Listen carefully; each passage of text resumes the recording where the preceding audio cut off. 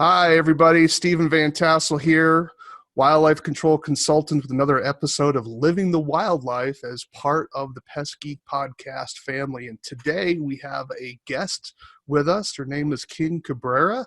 Welcome to the Pest Geek podcast, Kim. Thank you for having me. All right. Well, I've met Kim years ago through the internet, but definitely dating me now in terms of my age. So she was kind enough to let me use some of her images in one of the books that I was writing. So she is a specialist in tracking and animal identification out in the field. So welcome. Tell us a little about yourself. How'd you get involved in this?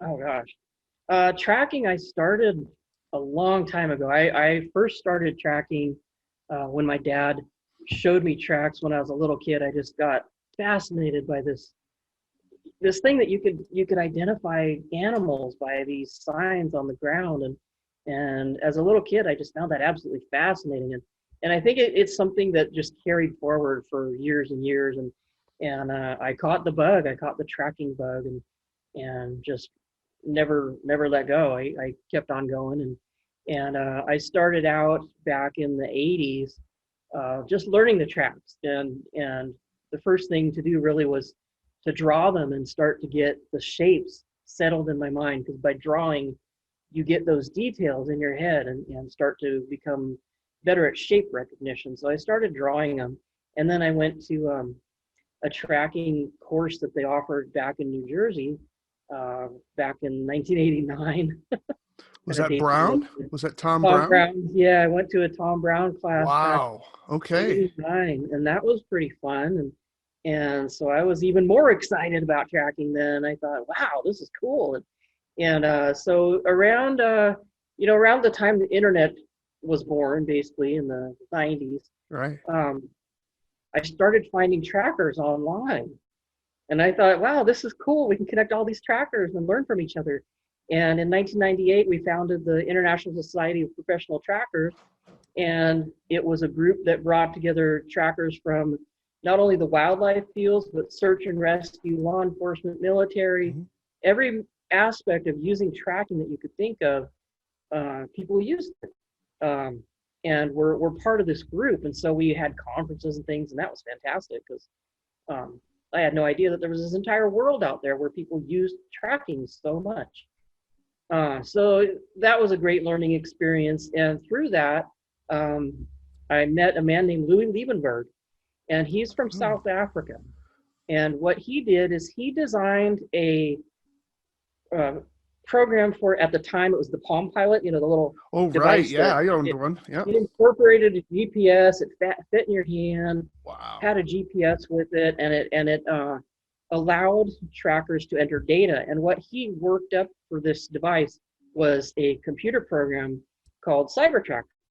And the software allowed a tracker who couldn't read and write English to submit wildlife data, and the GPS would automatically record the location. But he designed this software so that it was icon based. And so he got involved with the trackers in South Africa, who are some of the best trackers in the world. And he taught them how to use this device, and they were submitting data that was just unbelievable.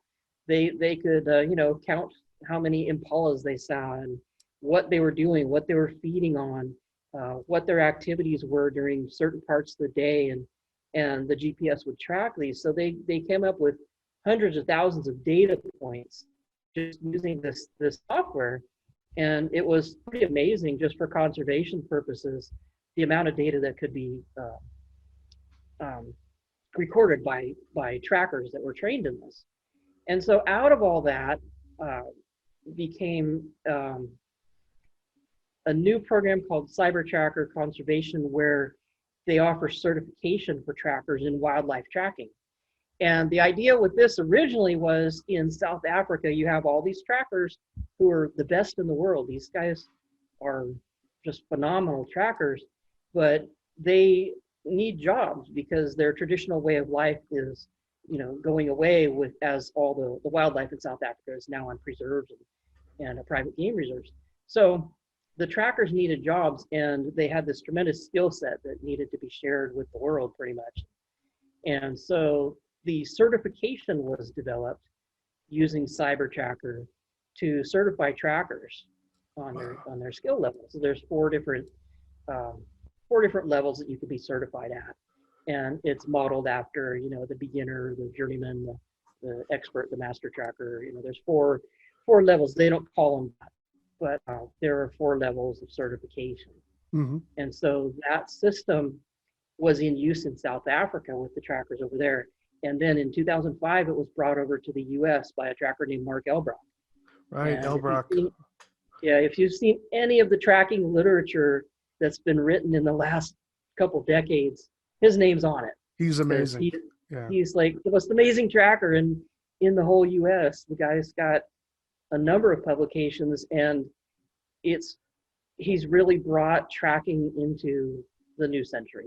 He's got highly detailed drawings. He's got amazing amounts of data that he's gathered on track and sign of all the wildlife that can be found here on this continent.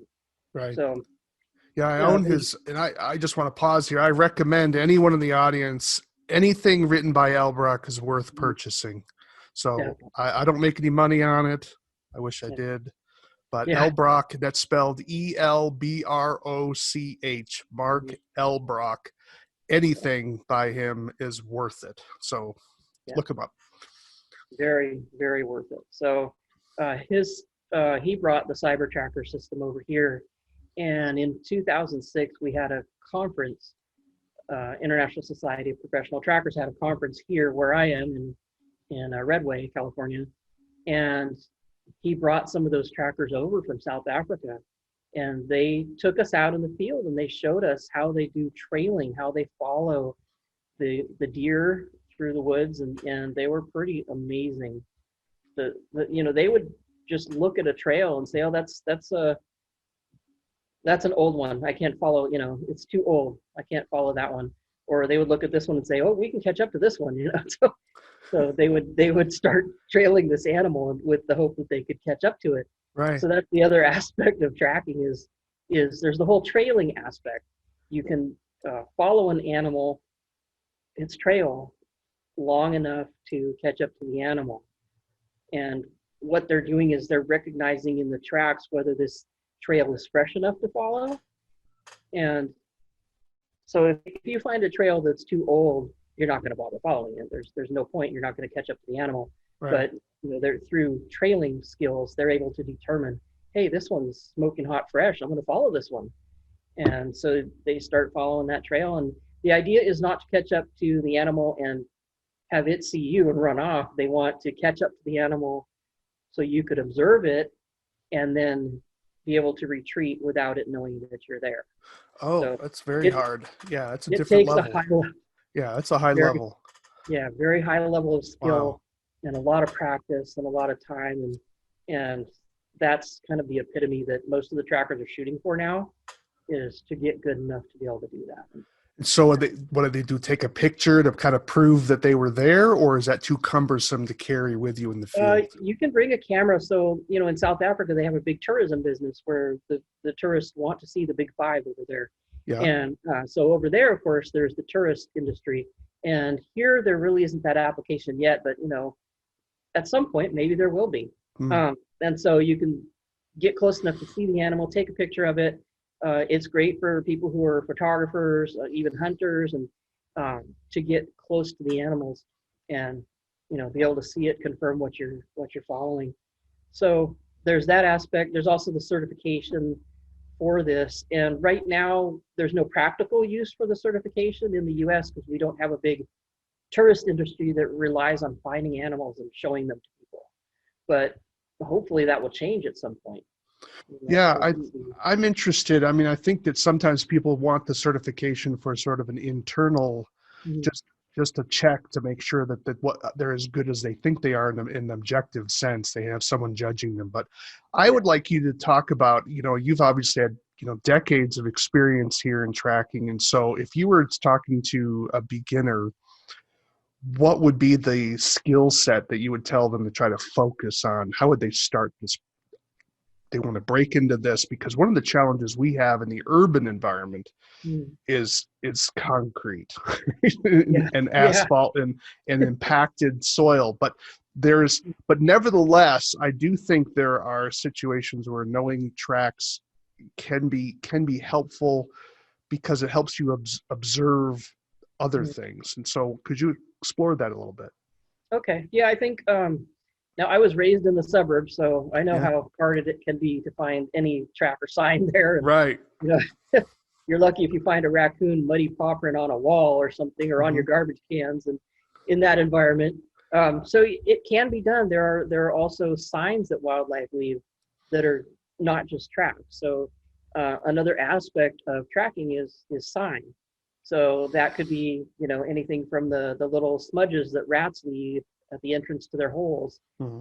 to scats, and these scats, feathers, nests, burrows, any sign that an animal has been there is is something that's within the scope of what a tracker should learn or should know how to identify. And Right. so that's what makes the cyber tracker evaluations a little exciting, is you can pretty much bet that they will find something you won't know. Yeah. So how uh, would you start someone on this path if they were like, look, I'm a city boy or a city lady, and what would you start them out at? How would you begin that process?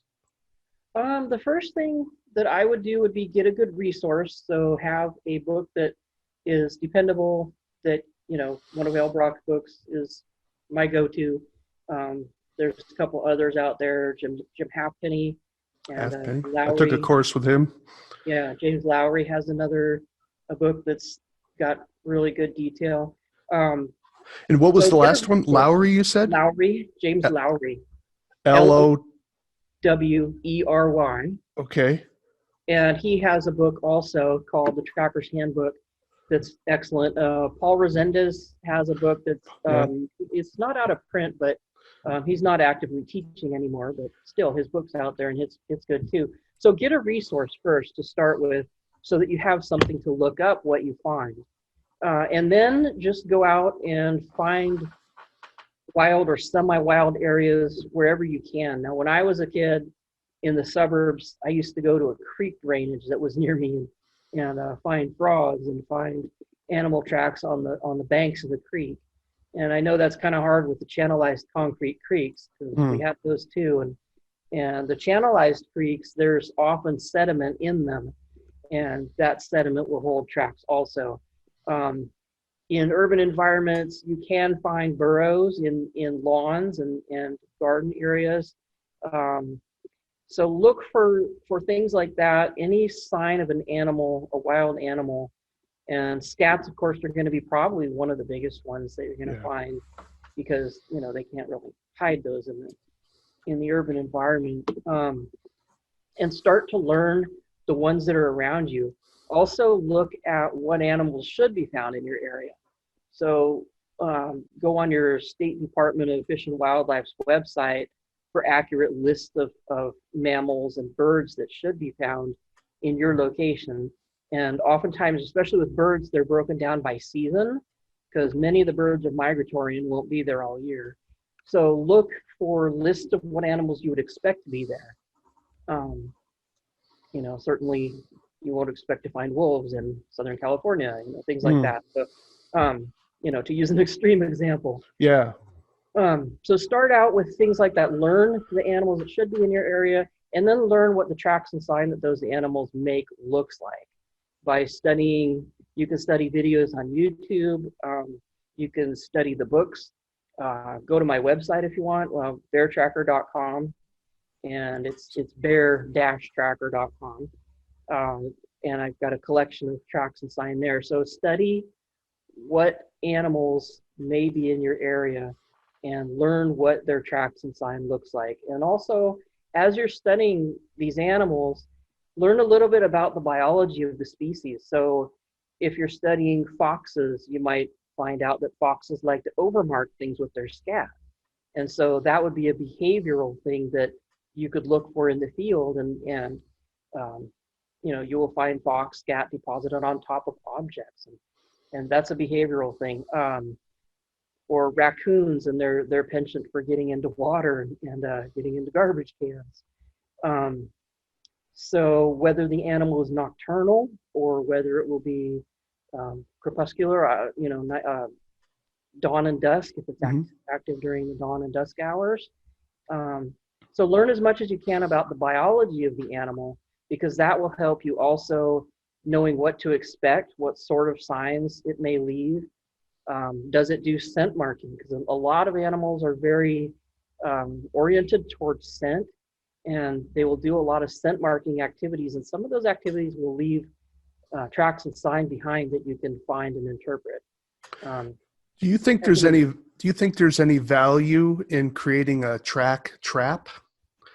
Track traps are really valuable. Yeah, those are great learning tools.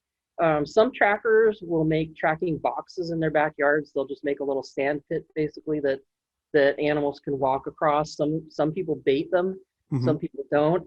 I know one tracker that is used. There's a type of clay that he uses that's really fine that he gets at hardware stores. I forget the name of the clay, bentonite clay or something. It's super fine clay, and he's got bird feeders in the backyard, and he has spread the clay out so that it's got a very thin layer, and then when the animals walk through it, especially the smaller animals, it makes these perfect, beautiful traps.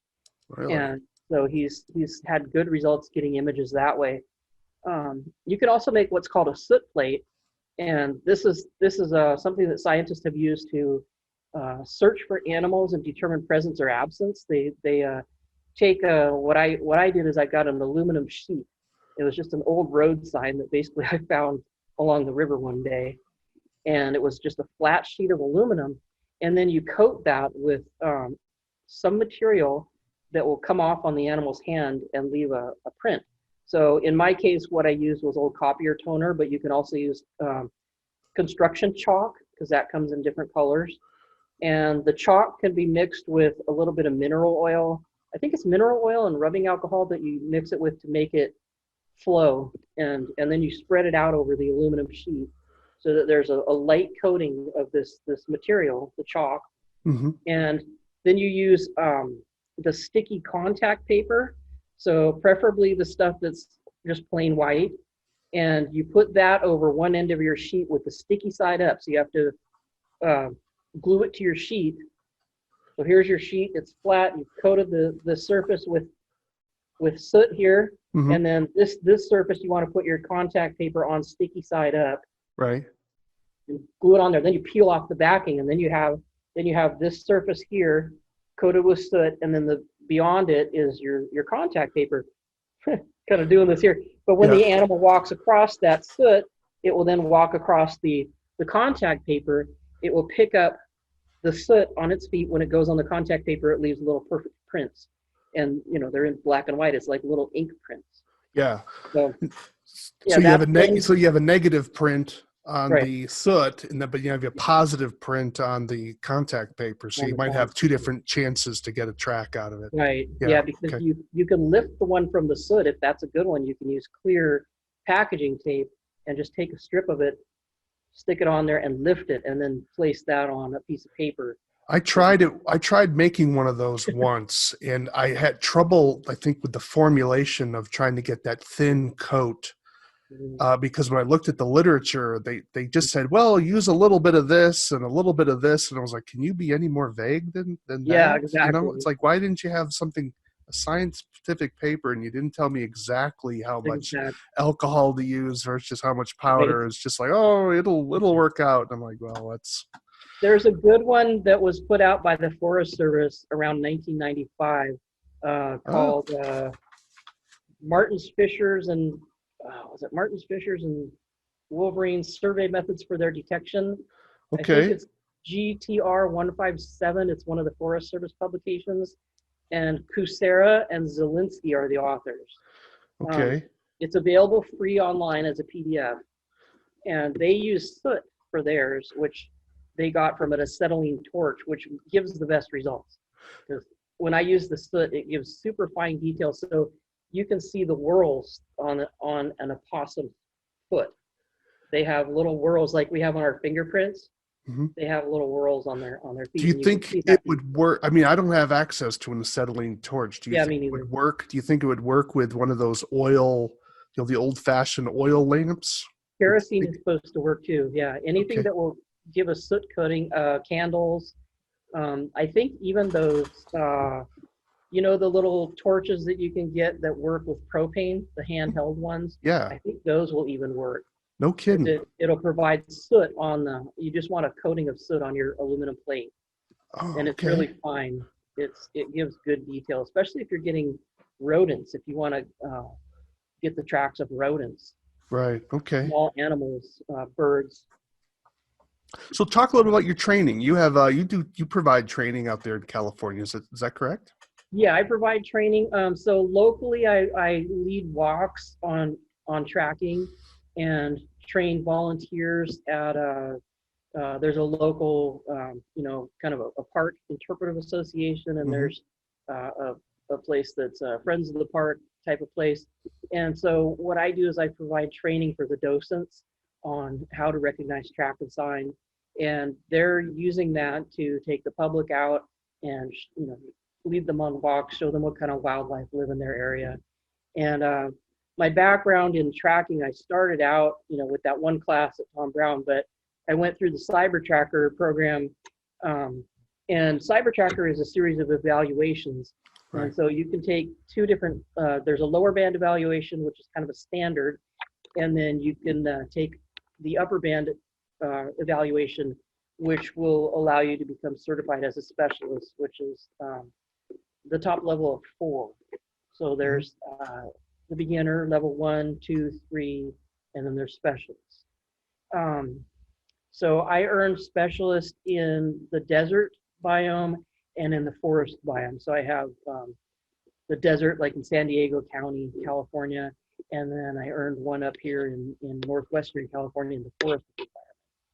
And that Wow. evaluation process, they ask you, I think it's 70, or let's see, so the specialist one, they ask you 57 questions over the course of 2 days. It's limited to 10 participants because it's pretty intense. Yeah. And so they ask you a total of 57 questions, and to get specialist, you have to get 100% right. You can earn bonus. You can get 2 wrong, but you have to get 6 bonus questions right in order to wipe out 2 wrong questions. Oh my God. Well, because I saw a guy online who received his, I think, highest level of certification, and they had him running all over the woods there. It was like 2 days. It was ridiculous. Yeah. And I was like, Yeah. wow, this is pretty hardcore. So, and I think I think was intense. yeah, I think Elbrock was giving him a congratulations or something. Yeah. It was 2. Oh my gosh. Yeah. So, and you have 2 of those. I did 2 of them. It was kind of difficult to do. I would think so. Is there been any so how do people get in touch with you? You can get in touch with me on my website at beartracker.com. It's bear-tracker.com. I have a YouTube channel, beartracker777 on YouTube. Facebook, I have Bear Tracker Nature Films, and I also run a animal track and sign identification group on Facebook called Animals Don't Cover Their Tracks. Oh. And we have, oh gosh, I think we're getting close to 15,000 members now. Okay.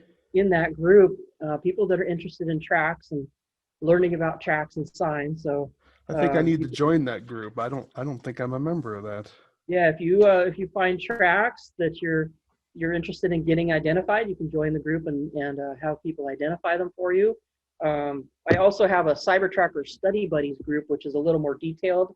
It look into tracks and signs. So if you're kind of an experienced tracker and you want to get into more detailed questions like, how many toes does this animal have? Right. And is this left or a right track or front or hind?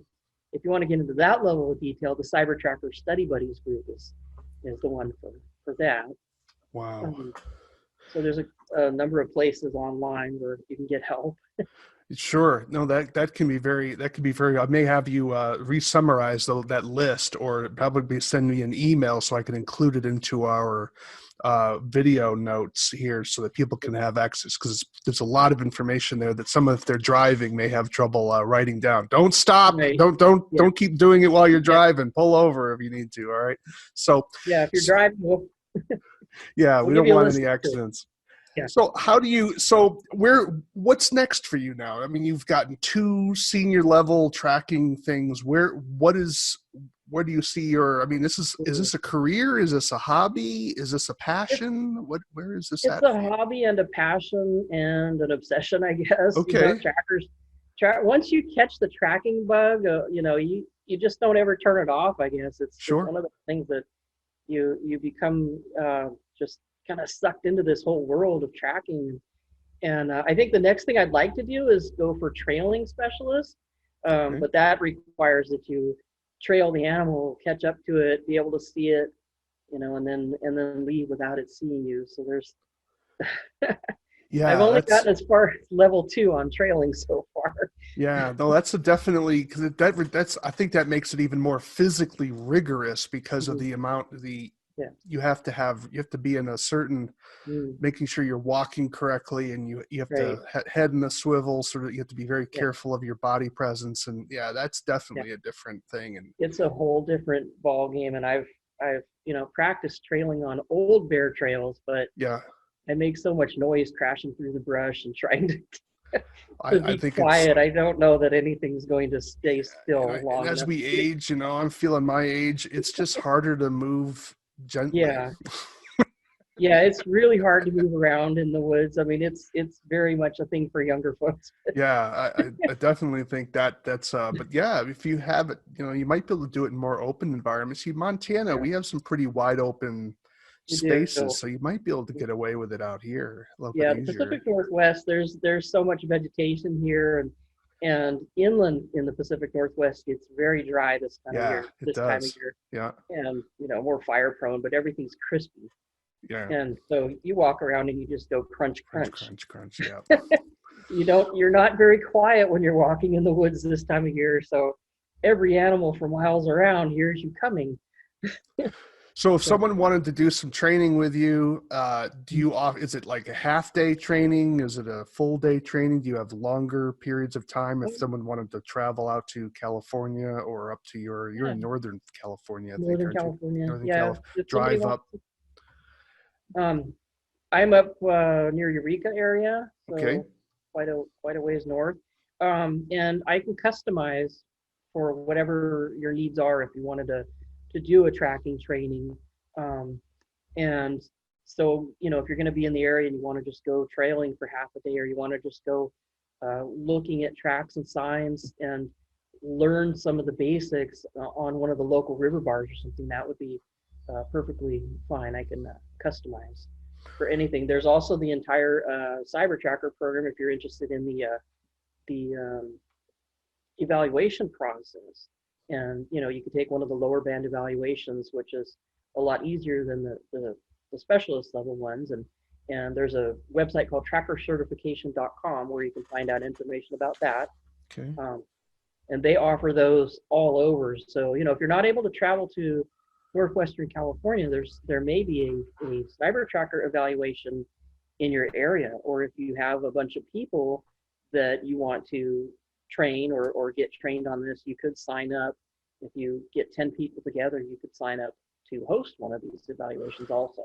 Okay. So you don't necessarily have to travel here.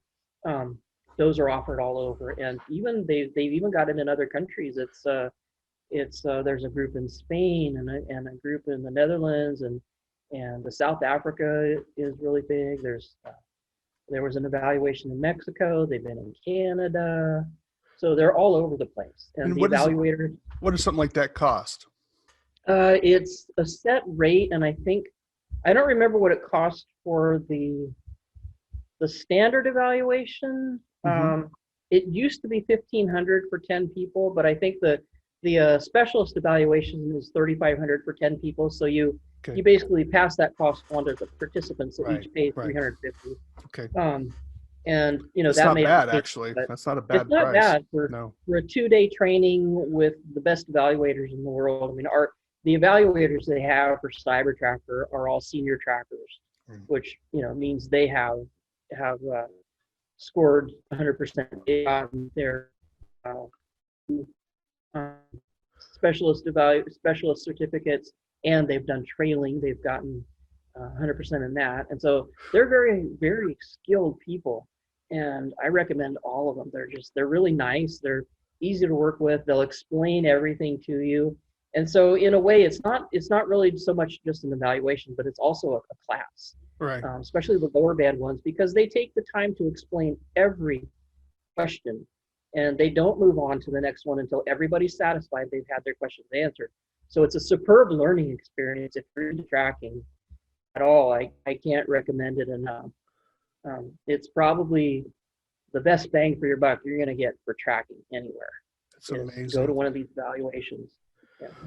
Well, Kim, this has been, I know it's for some of our readers, we're more in us urban environments. Yeah. This is definitely out of the realm, but I want our listeners to really think about this, because part of this whole tracking, sometimes you have to get out of your habitat Mm-hmm. to learn something new that you bring back into your habitat. So I would suggest that if you have, especially those of you who hunt recreationally or go out into the woods recreationally, you might benefit from this sort of training, because it will probably help illuminate you in a different way of understanding what you're seeing. And so you might want to check it out, and certainly check out Kim's website. So why don't we close here? Give people your rundown on how to get to your website. You've listed several of them on Facebook, and so why don't you rattle that off again, and then don't forget to send that to me in an email so we can include it, but just give it one more time for our audience, and then I'll wrap us up. Okay, so my website is bear-tracker.com. So don't spell out the dash, just put a dash in there. Yeah. And that's about animal tracks and sign. It's called Bear Trackers Animal Tracks Den. And on YouTube, Bear Trackers 777. And I have instructional videos on how to identify tracks and sign from various species there. There's a Facebook group called Animals Don't Cover Their Tracks, which I run. And also, if you're into highly detailed discussions about tracks and sign, Cyber Tracker Specialist Study Buddies group on Facebook is another place to look. And if you are interested in an evaluation from Cyber Tracker, it would be trackercertification.com. And there's ways to contact all the evaluators there. If there's not one in your area, a lot of times they will travel. Well, thank you very much, Kim, for stopping by and talking about some of your experience. And so I think this is a skill set that we need to develop more in our work as pest control operators. So thank you very much. All right, everybody, we're wrapping it up here. Again, I'm Stephen Van Tassel, wildlife control consultant. I want to thank you for joining us here. Don't forget to take some time and subscribe to our channel. If you have criticisms, comments about the show, comments for future shows, definitely reach out to me at wildlifecontrolconsultant@gmail.com. That's wildlifecontrolconsultant@gmail.com. And remember, we want you to live the wildlife, not be the wildlife. So be careful out there.